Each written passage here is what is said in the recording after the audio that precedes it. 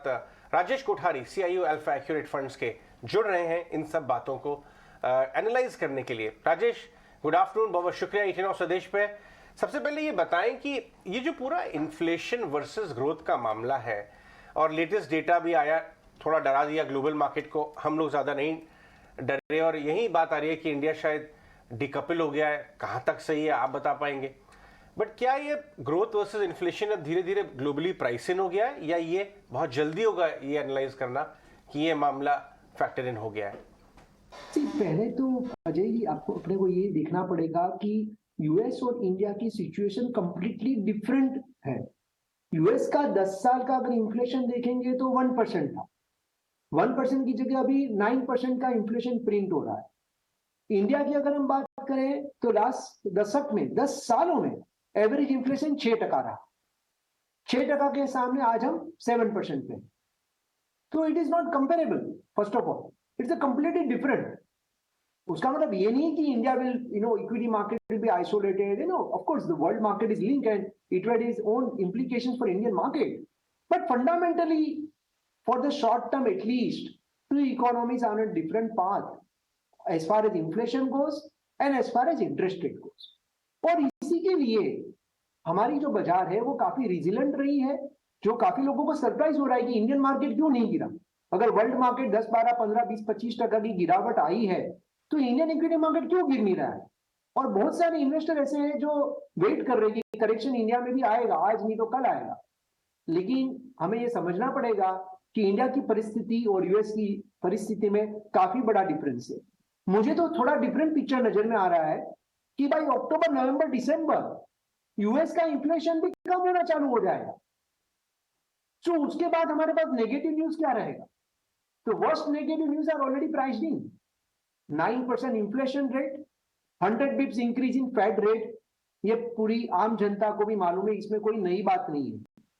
और markets always ahead of the time. Markets are never, rear view mirror driving. You have to be front view mirror driving, correct? And that's what markets are right now telling you, that don't talk about the concerns which everybody talks. Think something beyond, something from where risk will emerge from something which you and I probably are not discussing today. बहुत बढ़िया बात कही आपने। राजेश, चलिए कुछ ऐसे indicators की बात करते हैं।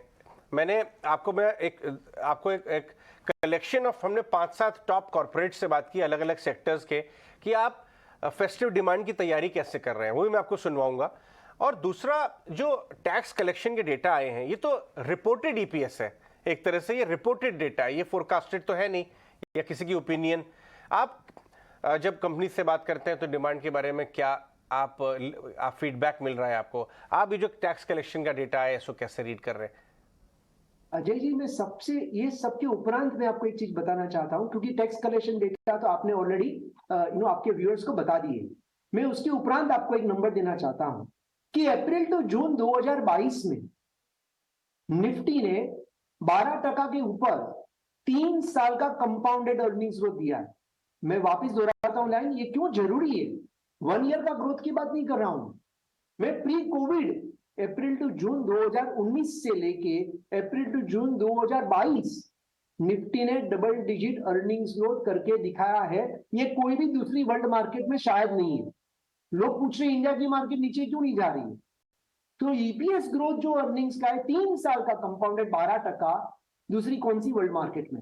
और यही दिखा रहा है जो आप बता रहे हो कि GST collection highway bill is high, overall demand growth improvement की तरफ दिख रहे हैं।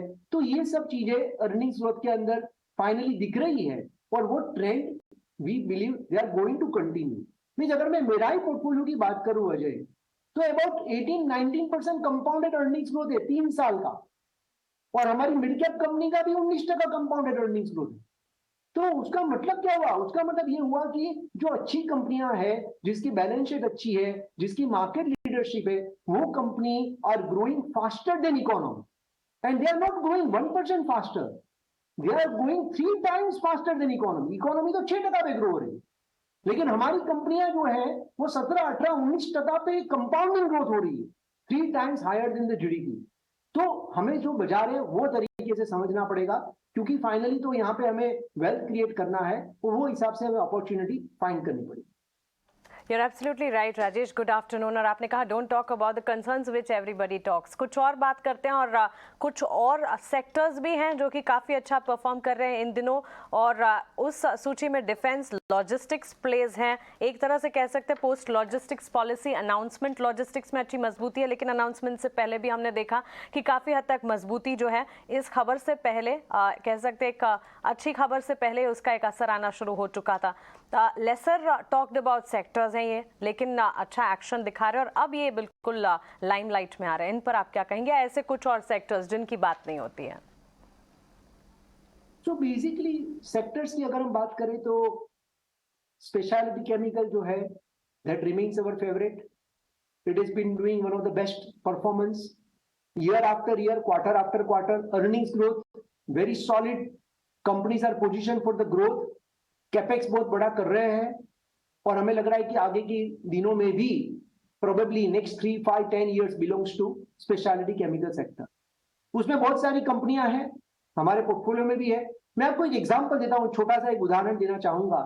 जैसे फॉर एग्जांपल एसआरएफ कंपनी है, सबको मालूम है एसआरएफ, लेकिन बहुत कम लोगों को मालूम है कि उसका जो स्पेशलिटी केमिकल डिवीजन था वो इतना छोटा था. 800 करोड़ का रेवेन्यू था 2018 में.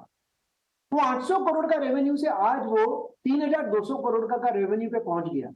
4 गुना 4 साल में.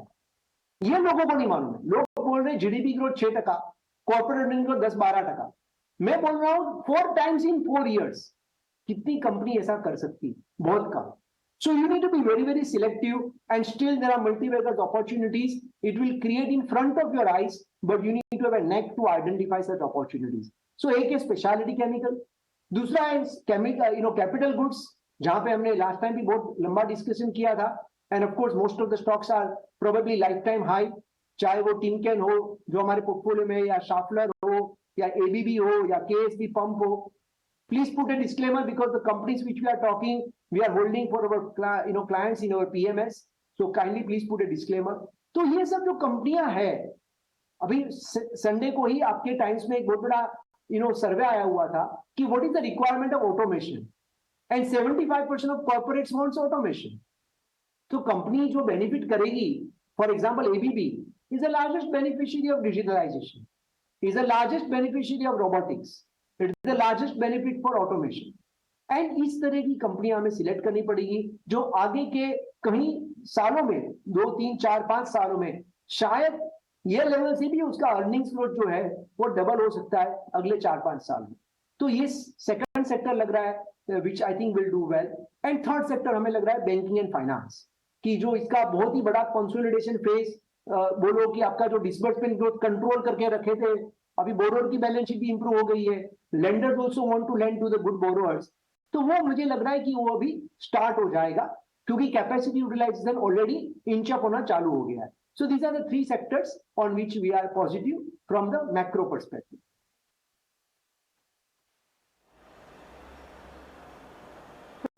बिल्कुल. तो specialty goods, specialty chemicals, capital goods और बैंकिंग एंड फाइनेंशियल्स काफ़ी अच्छा लग रहा है. यहाँ पर आप नज़र रख सकते हैं. Mister Rajesh, hi, this is Pooja. आपसे एक और इंडिकेटर पर राय लेना चाहेंगे. अभी जो म्यूचुअल फंड के नंबर्स आ रहे हैं, जो इन्फ्लोज के आंकड़े आए हैं, हालांकि मिड कैप स्टॉक्स में तो काफ़ी अच्छा ट्रैक्शन दिखा, लेकिन अगस्त में जो आंकड़े आए उसमें हमने देखा कि 10 मंथ्स लो पर ये आंकड़े पहुंच चुके थे. इसे आप कैसे रीड कर रहे हैं, और going forward for retail participation कैसा देख रहे हैं आप? लग रहा है कि इंडिया में रिटेल पार्टिसिपेशन का एक बिगिनिंग हुआ है. लास्ट 2 साल से ये जर्नी स्टार्ट हुई है, और आगे जाके और एक्सेलरेट होगी. और Indian equity investors are also becoming smart. So जब भी बाजार नीचे गया, तभी लास्ट 10 साल पहले देखोगे तो लोग रिडेम्पशन करते थे, फियर आ जाता था. अभी ये बार ऐसा नहीं हुआ. मार्केट नीचे गया तो रिटेल इन्वेस्टर्स ने और पैसा डाला इन्वेस्ट करने के लिए, which is a very good thing. So I think ये अभी सिर्फ बिगिनिंग है. हमारा financial inclusion is going to be much bigger story, क्योंकि अभी भी बहुत बड़ा एसेट क्लास जो है वो गोल्ड में बैठा हुआ है, फिक्स डिपॉजिट में बैठा हुआ है, और लोगों को ये समझ में आ रहा है कि real estate, gold, fix income, ये तीनों अच्छे एसेट क्लास है, लेकिन रिटर्न्स भी बहुत ही कम देते हैं, क्योंकि वो सेफ एसेट क्लास गिना जाता है. इक्विटी मार्केट लोग कहते हैं ये वोलेटाइल है, लेकिन वही तो उसकी अपॉर्चुनिटी है. और अगर किसी इन्वेस्टर का 5 साल के ऊपर का अगर व्यू हो तो डेफिनेटली रिटर्न्स दूसरे कोई एसेट क्लास से भी ज्यादा ही मिल सकता है, इसकी प्रोबेबिलिटी बहुत हाई रहती है। कोई रिस्क फ्री नहीं होता है, but the probability is always very high for much better returns compare to any other asset class in the India. Right Rajesh, आपने काफ़ी डोमेस्टिक सेंट्रिक सेक्टर्स की बात की, banking and financial, capital goods. ये cement के बारे में आपका क्या व्यू है, स्पेशली जो किंग साइज ट्रांजैक्शन हुआ है सीमेंट स्पेस में, अब बात आ रही है कई स्टॉक्स M&A कैंडिडेट्स बन जाएंगे, कैसे एनालाइज किया आपने कमेंट्री अदानी जी की और इस एनालिसिस आपका कैसा रहा इस सेक्टर पे? नहीं, I think definitely sector is entering into a new orbit. When a player, such a large player, enters into such a huge opportunity, definitely I think there's a potential to change the equation of the industry. The equilibrium is going to be different. It is not going to be based on the history. Because transaction has happened in the recent times. तो चाहे आप break even point कह लीजिए या चाहे आप इसको payback period कह लीजिए, जो भी कंपनी ने इसको एक्वायर किया है उसके लिए तो उनको पेबैक करना पड़ेगा, return on capital employed has to justify. और इसके लिए मुझे लग रहा है कि सिलेक्टिवली ये सेक्टर में भी I think there is going to be value ahead. We are holding this name in one of our plan, triple A focus PMS plan. We are holding, Ambuja Cements. Kindly please put a disclaimer. And we think that probably there are better times ahead with the best of the cost efficiency yet to come. And on top of it, if the capital efficiency also comes, and last but not least, the raw material cost, the worst is over from the raw material cost side. I'm talking about raw material means power and fuel as well. The worst is behind in terms of the cost probably. So I think from that perspective, the best is yet to come on both cost side. Second, the efficiency improvement. Third, the synergy benefits. And fourth, last but not least, the capital efficiency. तो ये चारों को अगर हम combine करके देखें तो we are still positive and holding this name in one of our portfolio. Absolutely, Rajesh, thanks for that. सारी की सारी एनालिसिस, बाजार पर आपका नजरिया, और सही कह रहे हैं आप, भले ही वॉलेटाइल हो, उतार चढ़ाव, लेकिन लंबी अवधि का अगर नजरिया है तो equity markets are the best ones जहां पर वॉच आउट करना चाहिए और जहां पर अपॉर्चुनिटीज बिल्टअप होती हुई दिखेगी। ऑफकोर्स सीमेंट प्लेज में बिग किंग साइज ट्रांजैक्शन हुआ है जिसके चलते यहाँ पर आपका पॉजिटिव आउटलुक भी हमने जाना। शुक्रिया आपका हमारे साथ जुड़ने के लिए and have a nice day to you.